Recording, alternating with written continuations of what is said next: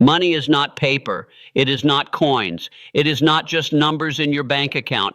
Money is energy. It moves, it flows, it responds to intention, it has direction, it follows belief, and most of all, it magnifies who you already are. If you think like the poor, money will flee from you. If you act like the broke, wealth will resist you. But when you align your mindset, your actions, and your energy, money starts to appear in places it never did before. This is not luck. It's not magic. It's a law, just as real as gravity. You attract money not by chasing it, but by becoming the kind of person it flows to naturally. And that starts with your thoughts. Every dollar that enters your life is a reflection of how you think. Not what you hope for, not what you wish would happen, but what you deeply, subconsciously believe about yourself and about wealth. Do you believe it's scarce? Do you believe it's evil? Do you believe it's for other people, not people like you? Then it will stay away. But if you believe money is energy, and energy can be created, guided, multiplied, then you tap into a level of control most people never reach. Because here's the truth.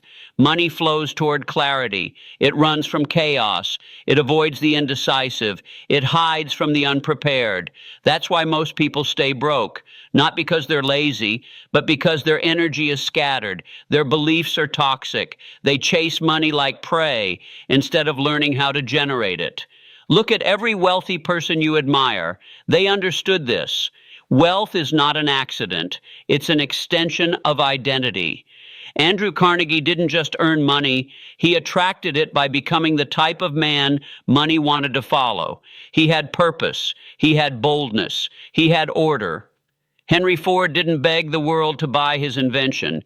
He believed in his mission so deeply, money had no choice but to flow toward it. He saw the invisible, and he built it anyway.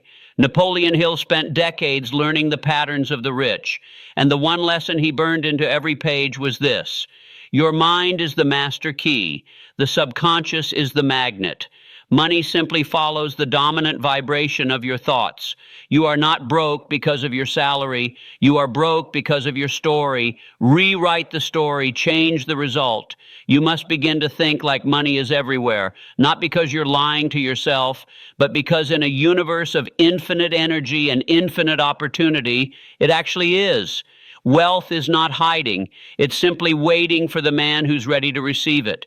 But receiving requires alignment. You cannot want money and despise those who have it. You cannot desire abundance and speak the language of lack. You cannot ask the universe for millions and still think in pennies.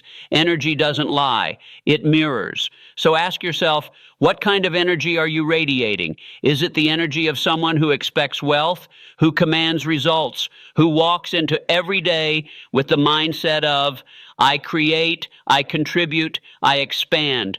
Or are you stuck in survival mode, waiting, wishing, blaming, talking about how hard life is while refusing to change how you think? Because your words are energy, your habits are energy, your standards are energy, and the man who raises all three will start to notice something strange. Money begins to appear in unexpected places, from unexpected sources, with unexpected speed. It's not magic, it's alignment. And the best part, you don't need to beg for it. You don't need to impress anyone. You don't even need to compete. You just need to step into your creative power, get clear on your value, start moving like you were meant to be wealthy, because you were. Most people wait for permission to begin, permission to believe, permission to move, and that waiting is why they lose. The truth is, action doesn't wait for perfect conditions. It demands courage before clarity. It requires you to move while you're still afraid, to leap before the path is lit, because action is the match that sets fire to potential. You will never think your way into greatness. You act your way there. You decide, then you move, and your thoughts catch up later. This is where most people get it wrong. They think they need more motivation, more information, more time. But the man who builds a powerful life, he forces himself to take action, not because he feels ready, but because he refuses to live stuck. That's the difference. The successful don't wait to feel different. They act themselves into a new feeling. They move with discipline. They act while everyone else is thinking. They train their body to obey the mind, not the emotions. Napoleon Hill said, action is the real measure of intelligence. Not your thoughts, not your intentions, not your dreams, your action. Because action is proof. Action is what separates the man who talks about destiny from the man who builds it. You must force yourself not once, but every single day, because you will never feel like it. You will never feel perfectly aligned. The doubt will still whisper. The fear will still creep in. But if you wait to feel good, you'll wait forever. The most powerful people in history didn't move from comfort. They moved from decision. Henry Ford didn't wait for someone to believe in him. He believed in the vision and forced himself to act, even when the world laughed. Thomas Edison didn't wait for proof that he'd succeed. He kept going after 10,000 failures. Walt Disney was told he lacked imagination. Abraham Lincoln lost more elections than he won. Carnegie was a poor immigrant. Hill himself was broke, ridiculed, and misunderstood. But none of them waited. They moved. They acted, they forced life to yield by the pressure of their persistence. And now you must do the same, because the longer you wait, the weaker you become. Procrastination is not a harmless delay, it's a quiet poison. Every time you delay, you send a message to your subconscious, I am not serious. I don't believe in myself. I'll act later. But there is no later. There is only now. This moment, right now, is the line between the life you want and the one you're settling for. And no one is coming to push you across it. That's your job. You must become your own force, your own fire, your own reason to move. Don't wait for motivation. Train it. Don't wait for the mood. Command your body. Don't wait for someone to believe in you. Prove yourself right by what you do. Most people are addicted to the idea of progress. They love reading about success, watching others rise, planning the perfect day. But progress without action is illusion. The world does not respond to your intentions. It responds to what you build. The gym you don't go to doesn't change your body. The book you don't write doesn't change your life. The idea you don't execute doesn't change the world. You can feel like a king in your mind, but if you don't act, you'll die a dreamer. So take the step, make the call, write the page, build the routine, launch the idea, because action is not optional. It is the gate to your future, and the gate only opens when you decide, I will move no matter how I feel. Most people don't fail because they're not capable. They fail because they're not consistent. They fail because they never made a real decision. They say they want wealth, but their actions scream survival. They say they believe in success, but they worship comfort. They chase freedom, but live like prisoners of distraction. That's why most people stay broke. Broke in money, broke in mindset, broke in spirit. Not because life is unfair, but because they are not prepared for what wealth demands. Wealth is not money. Wealth is a mindset, a decision, a war against average thinking. And the truth most people never face is this: you are either building your future or you're being used to build someone else's. You trade your hours for a paycheck, then spend it numbing the pain of a life you never chose. You scroll, you delay, you wait, and time becomes your enemy because you've given up control. Napoleon Hill said, there are no limitations to the mind except those we acknowledge. But most people never even question the beliefs they inherited. They were taught that money is evil, that wanting more is selfish, that ambition is arrogance, and so they shrink. They lower their expectations. They dim their own fire. They convince themselves that playing small is noble, that settling is maturity, that suffering is virtue. But listen closely. There is nothing noble about poverty. There is nothing heroic about fear. There is nothing wise about wasting your life because someone else told you success was for those kinds of people. The truth is simple. You will never escape being broke until you stop thinking like someone who is. And that begins in your routines, in your thoughts, in how you spend your time when no one is watching. Most people stay broke because they don't protect their attention. They let the world dictate their focus. They chase 1,000 things and master none. They let other people's priorities override their own, and their life becomes a blur of busyness without purpose. Wealth is born in focus. You cannot create abundance with a scattered mind. You cannot create clarity when you live in reaction. Every great transformation begins with one bold thought: I can. Not someday, not maybe, now. The world you see is only a reflection of the world you've imagined. And most never change their lives because they never change their thoughts. But you are not most people. You are here. You are listening. You are choosing to seed your mind with power instead of fear, clarity instead of confusion, direction instead of doubt. That alone separates you from the masses, because the masses react. But leaders respond. They do not beg for circumstances, they create them. You don't need more time, you need more decision. Hill said, "Successful people make decisions quickly and firmly. Failures never make up their minds." So tonight you decide to no longer live beneath your potential, to no longer chase comfort, to no longer speak words of limitation to yourself in secret. Because the secret to life is what you say when no one is watching. It's the thoughts you repeat when you're alone. It's the story you tell yourself before sleep. And if you do not rewrite that story with intention, it will repeat itself forever. This is your moment to rewrite it, to affirm with full conviction, I was born to do something great. I have everything I need to begin. There is nothing outside of me more powerful than what lives inside me. No more hesitation, no more waiting for signs. The signs will follow the steps. The evidence will follow the belief. The world will bend to the force of your will when your will stops bending to the world. Even in rest, you are creating. Even in silence, your thoughts echo into the future. So train your inner voice to speak only strength. I already possess the power. I already possess the mindset.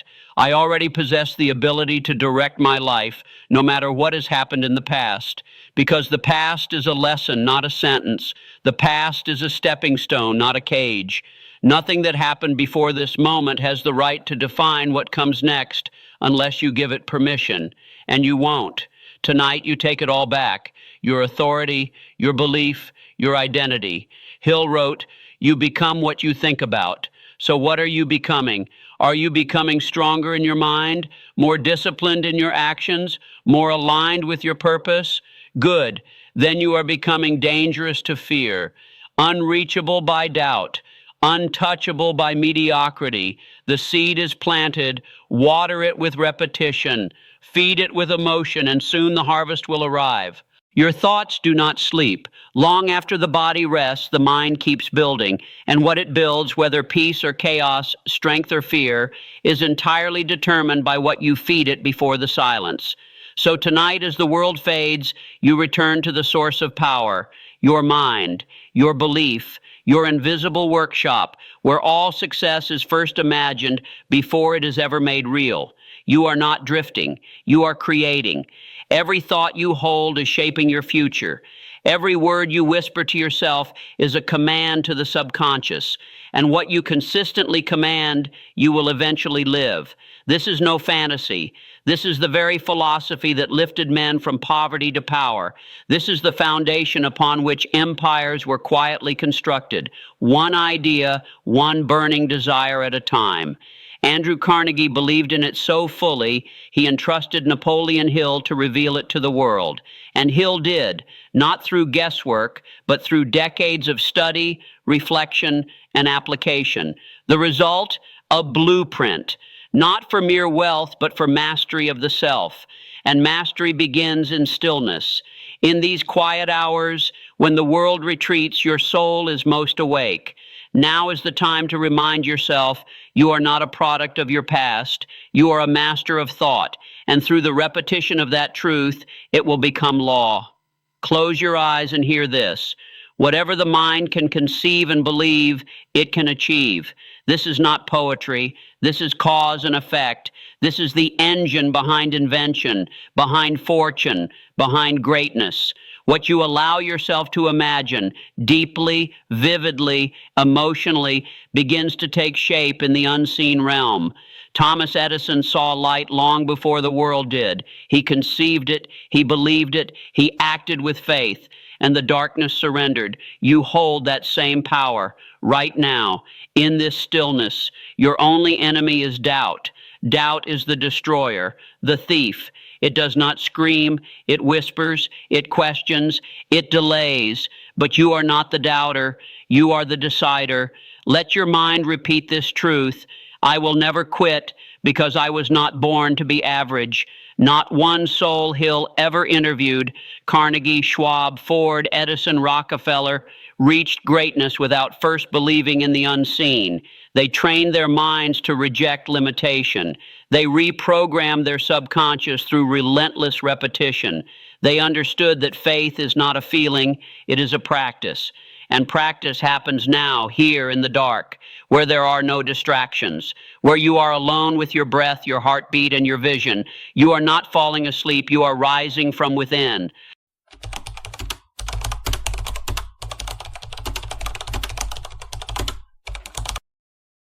There comes a moment in every person's life, quiet or violent, when the mask is ripped off, when the identity you built, the one you protected, the one you believed would shield you from pain, shatters.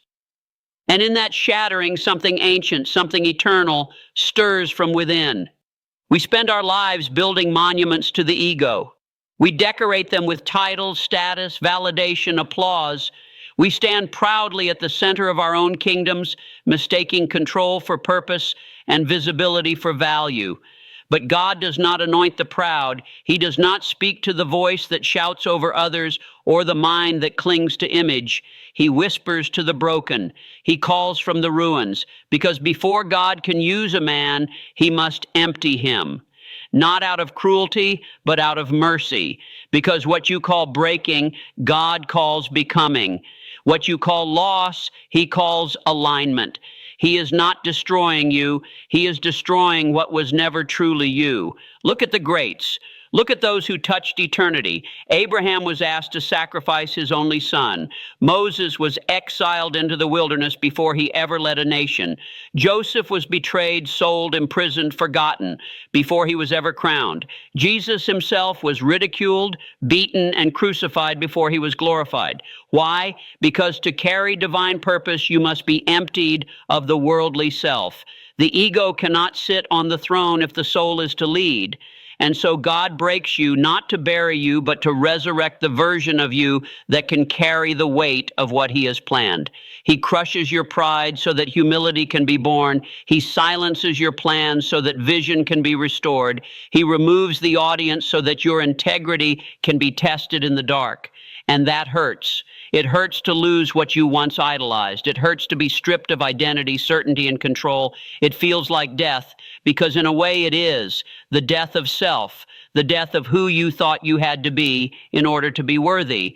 But the soul cannot be destroyed. It can only be revealed. You were not created for applause. You were created for impact, and real impact begins in surrender. See, ego fights, ego clings, ego argues, but the soul listens. It yields. It follows the quiet pull toward purpose, and purpose never needs to shout. It knows who sent it. You've been lied to, told that success is about domination, that greatness comes from being seen. But the greatest people who ever lived walked through hell quietly. They were tested in private before they were trusted in public. Ego says, look at me. But the soul says, use me.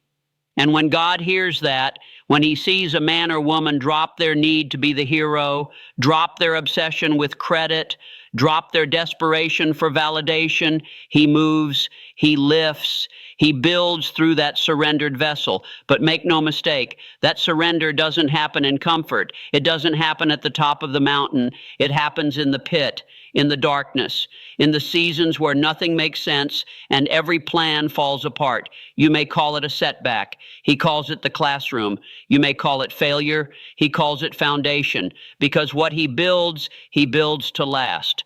Temporary confidence built on ego will always collapse, but eternal strength built on character, that endures storms.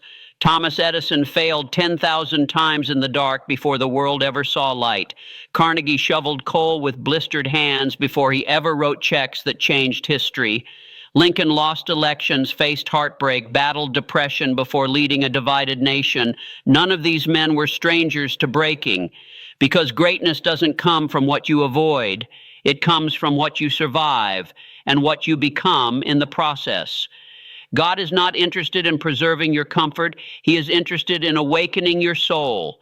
He is not interested in leaving you where you are. He is interested in who you were created to become. And if that requires stripping you of everything that props up your ego, so be it.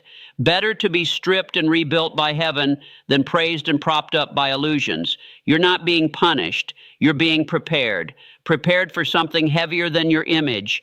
Prepared for something holier than your ambition, prepared for a life so rooted in truth that storms don't shake it, failure doesn't break it, and praise doesn't inflate it. But to reach that place, you must let go. Let go of the idea that your worth is measured by what you produce. Let go of the need to control how people see you. Let go of the fear that if you stop striving, you'll stop mattering. Let go so God can move in. You see, your soul has always known the truth. It has always known that the applause fades, that the achievements don't fill the void, that beneath every goal was the desire to be seen, not by the world, but by God. And the moment you stop chasing the world, the moment you fall to your knees, when all you have left is your breath and your belief, that's when the real work begins. Not the work of the hands, but the work of becoming, the soul work, the holy fire that refines, reshapes, rebuilds. And when you rise from that fire, you will not be who you were. You will not want what you wanted. You will not speak how you used to speak, because you will no longer be driven by ego. You will be guided by calling. And that calling won't always make sense. It won't always look impressive, but it will be right. It will burn with conviction. It will stretch your faith and sharpen your focus, because now you walk with God, not just toward Him. Now you serve, not to be praised, but because you were chosen. Now you build, not to prove, but because you were prepared. Now you rise, not by force, but by faith. And people won't always understand it. They'll say you've changed. They'll say you've lost your edge. Let them, because they didn't see the night you broke. They didn't hear the silence you sat in. They didn't feel the weight God placed in your spirit. This isn't about them. It never was. It's about alignment. You were never called to climb ladders. You were called to move mountains. You were never called to fit in. You were called to be set apart. And sometimes the only way to be set apart is to be broken apart. So if you find yourself in a season of breaking, if you feel like everything you once leaned on has collapsed, don't run, don't numb, don't hide, lean in. Ask the deeper question: what is God removing so that He can reveal? What is dying so that something truer can be born? Because He's not trying to destroy you. He's trying to awaken you.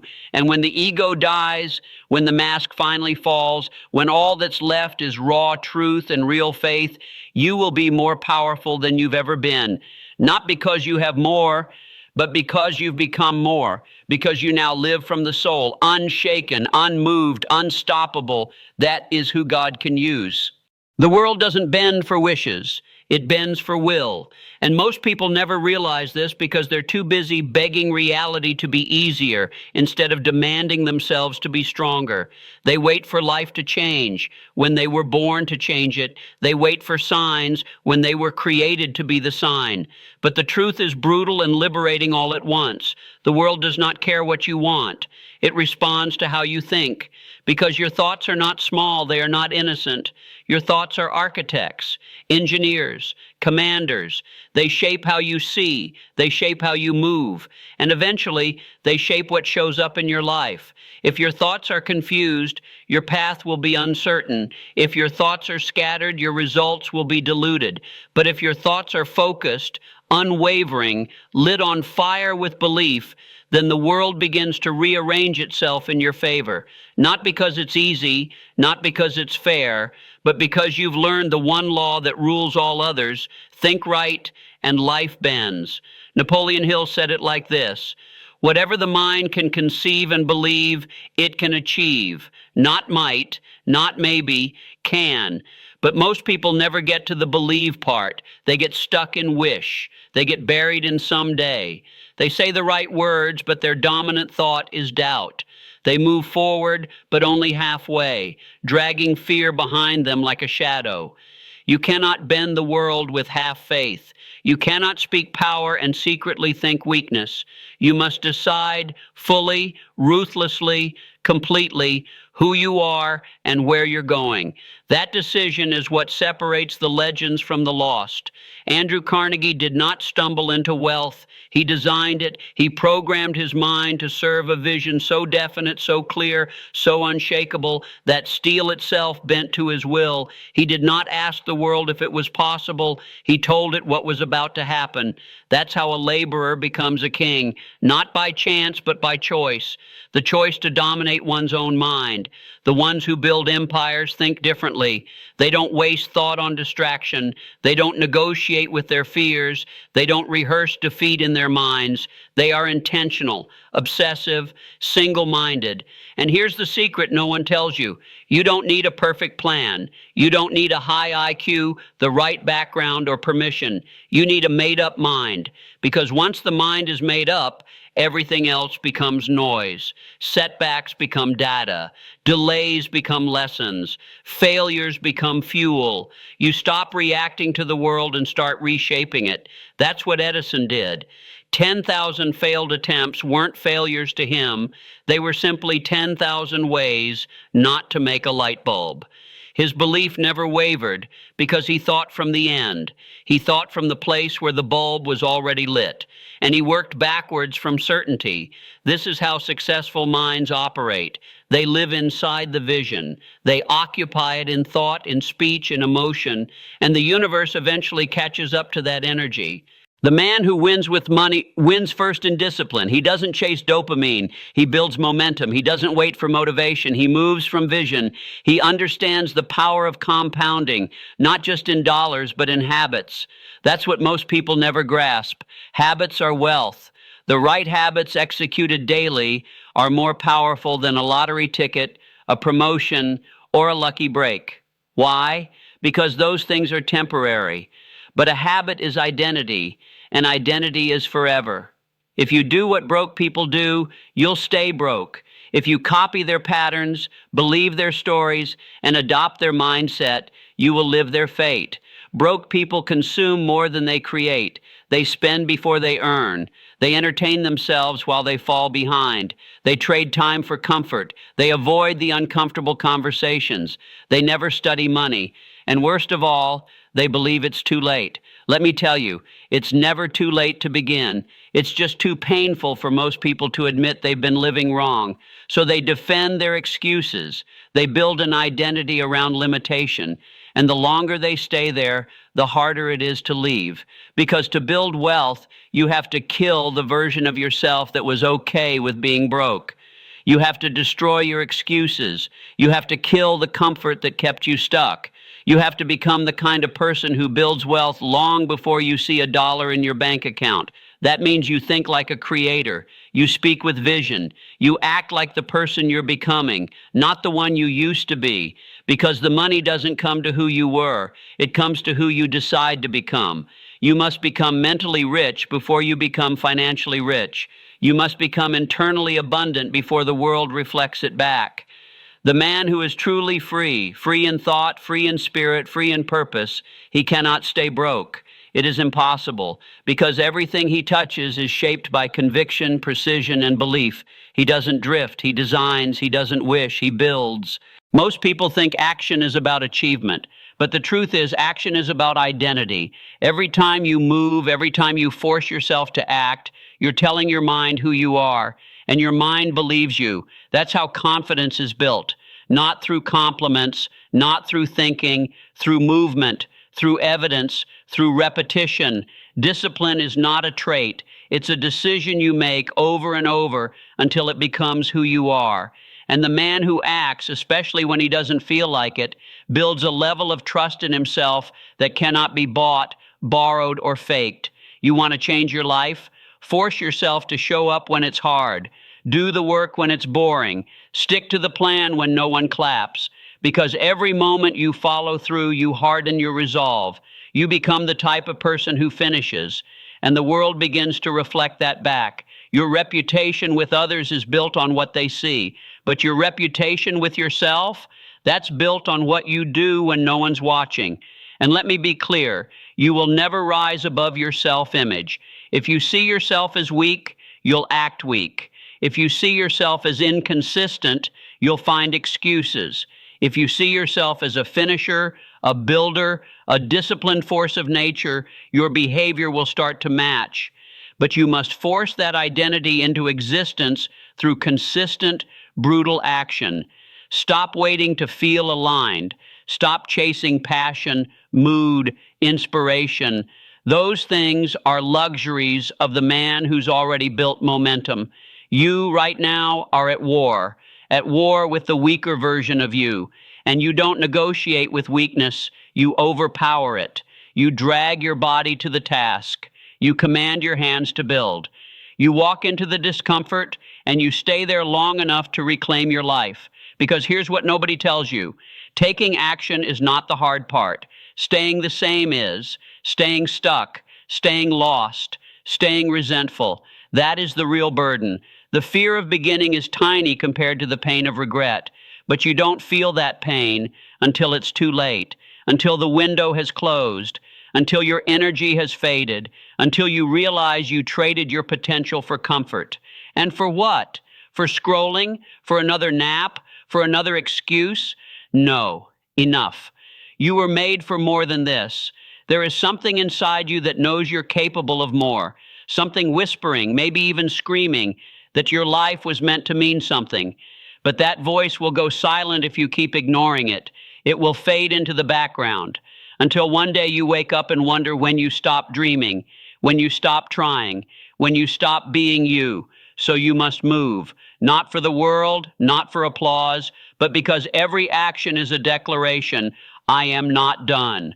I am not broken. I am still alive, and I am still in control. Carve it into your habits. Tattoo it into your schedule. Etch it into your soul. Action first, emotion later, discipline first, reward later, work first. Belief will follow. Every master was once an amateur.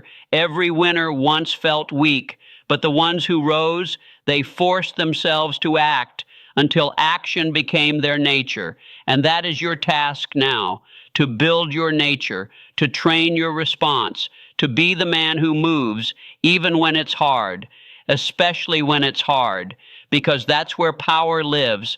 That's where freedom is born, not in what you feel, but in what you do anyway. Money is not paper. It is not coins. It is not just numbers in your bank account. Money is energy. It moves, it flows, it responds to intention, it has direction, it follows belief, and most of all, it magnifies who you already are. If you think like the poor, money will flee from you. If you act like the broke, wealth will resist you. But when you align your mindset, your actions, and your energy, money starts to appear in places it never did before.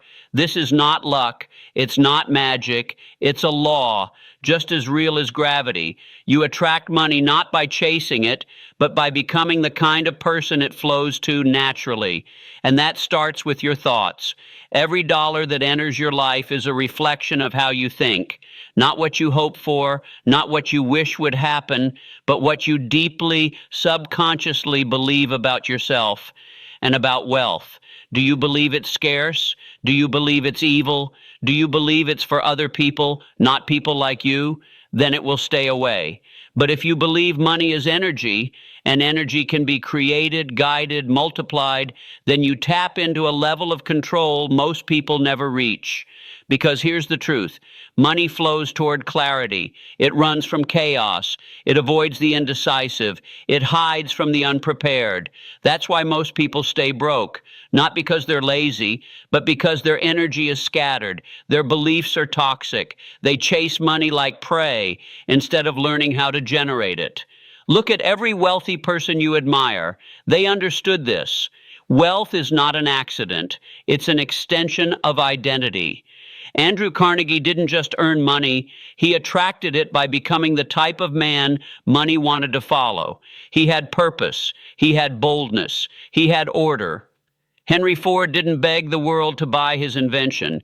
He believed in his mission so deeply, money had no choice but to flow toward it. He saw the invisible, and he built it anyway. Napoleon Hill spent decades learning the patterns of the rich, and the one lesson he burned into every page was this: your mind is the master key. The subconscious is the magnet. Money simply follows the dominant vibration of your thoughts. You are not broke because of your salary. You are broke because of your story. Rewrite the story. Change the result. You must begin to think like money is everywhere, not because you're lying to yourself, but because in a universe of infinite energy and infinite opportunity, it actually is. Wealth is not hiding. It's simply waiting for the man who's ready to receive it. But receiving requires alignment. You cannot want money and despise those who have it. You cannot desire abundance and speak the language of lack. You cannot ask the universe for millions and still think in pennies. Energy doesn't lie. It mirrors. So ask yourself, what kind of energy are you radiating? Is it the energy of someone who expects wealth, who commands results, who walks into every day with the mindset of, I create, I contribute, I expand? Or are you stuck in survival mode, waiting, wishing, blaming, talking about how hard life is while refusing to change how you think? Because your words are energy, your habits are energy, your standards are energy, and the man who raises all three will start to notice something strange.